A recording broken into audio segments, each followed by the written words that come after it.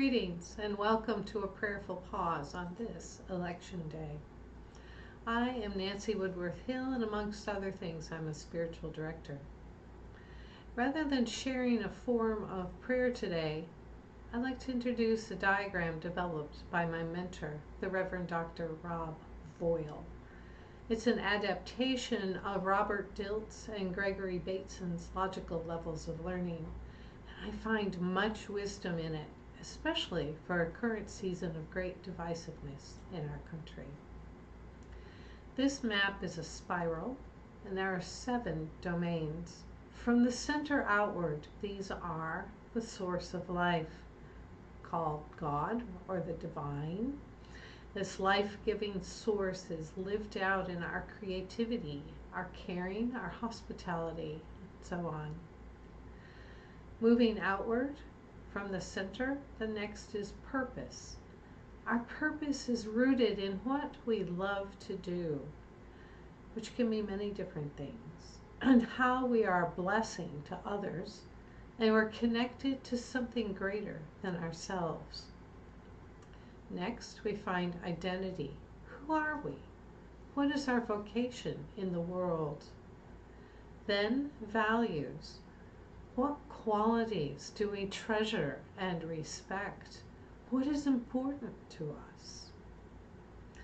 Next, we come to expectations. What do we look forward to? How do we understand success and move towards it? Then, skills and abilities. What are our natural skills? What skills have we practiced and learned? And finally, environment. What is the landscape we live in? Think nature, because it has an impact on us. And what have we developed or built?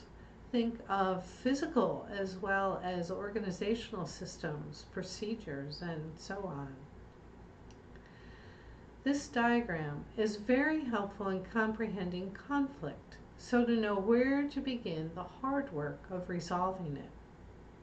We know that the further in towards the center of the spiral the conflict is, the more anxiety producing it is. Thus, the conflict over immigration, for instance, is located in the domain of identity. Who are we as a nation? What is our vocation in the world?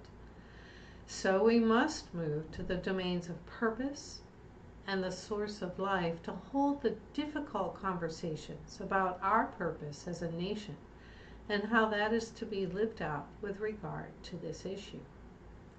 The challenge is we may not agree on our purpose as a nation either.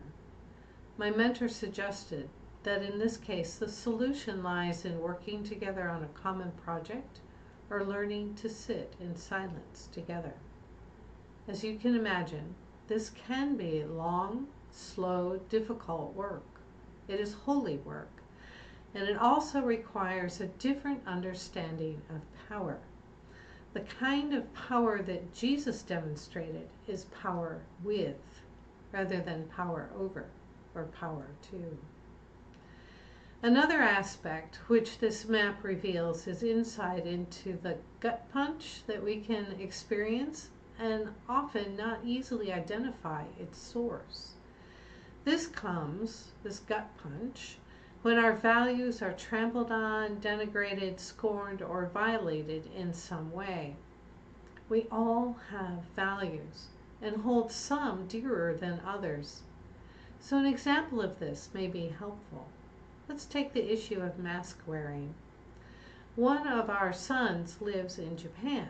It's a country with a high population density, as well as a culture where the group is more important than the individual. There's actually a saying, the nail that sticks up gets hammered down. When visiting Japan, it's common for me to see people wearing face masks as they are out and about shopping on public transportation in places where other people are. So this is often due to individuals having allergies or being ill, such as having a cold, and not wanting to spread it. The COVID infection rate in the area where my son lives is really quite low, and public schools have been open since July. Americans have a culture which values the individual over the group, and where mask wearing is not common at all when we are out and about. Thus, the rate of COVID-19 infection is much higher in the United States. Individuals who resist mask wearing likely have different culture, especially different sets of values from individuals who wear them.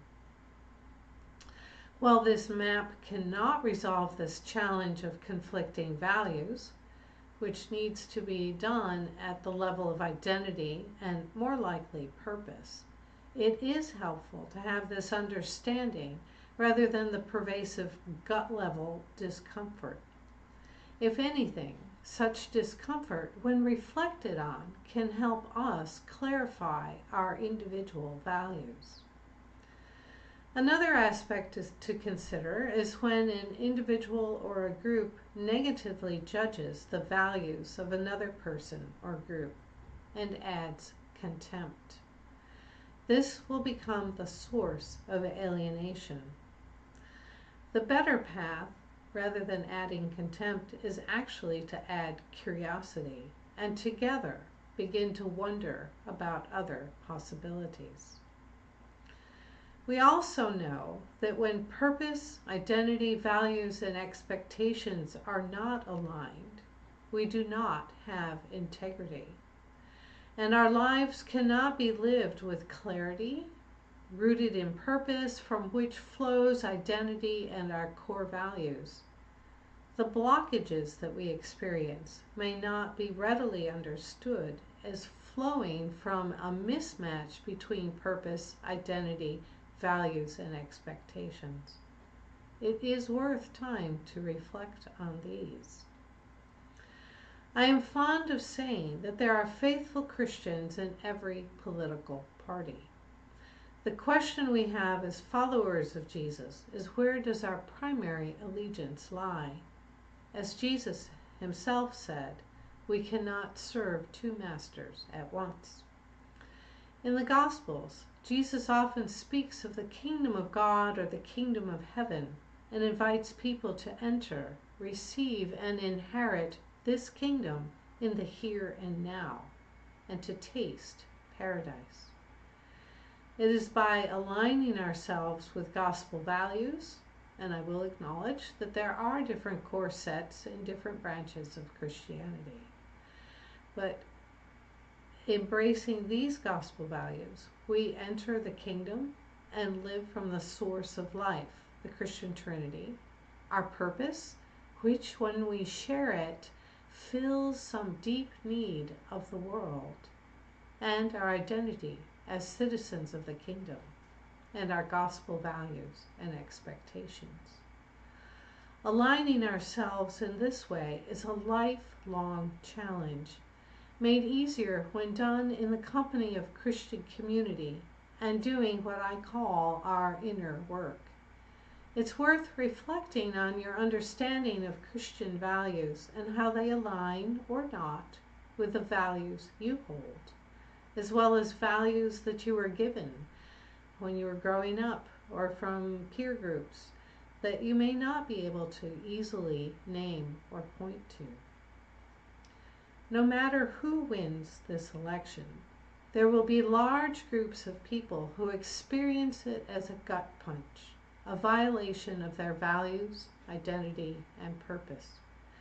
Please consider this when you are with others, and guard your lips, lest you move into contempt and bring about further alienation.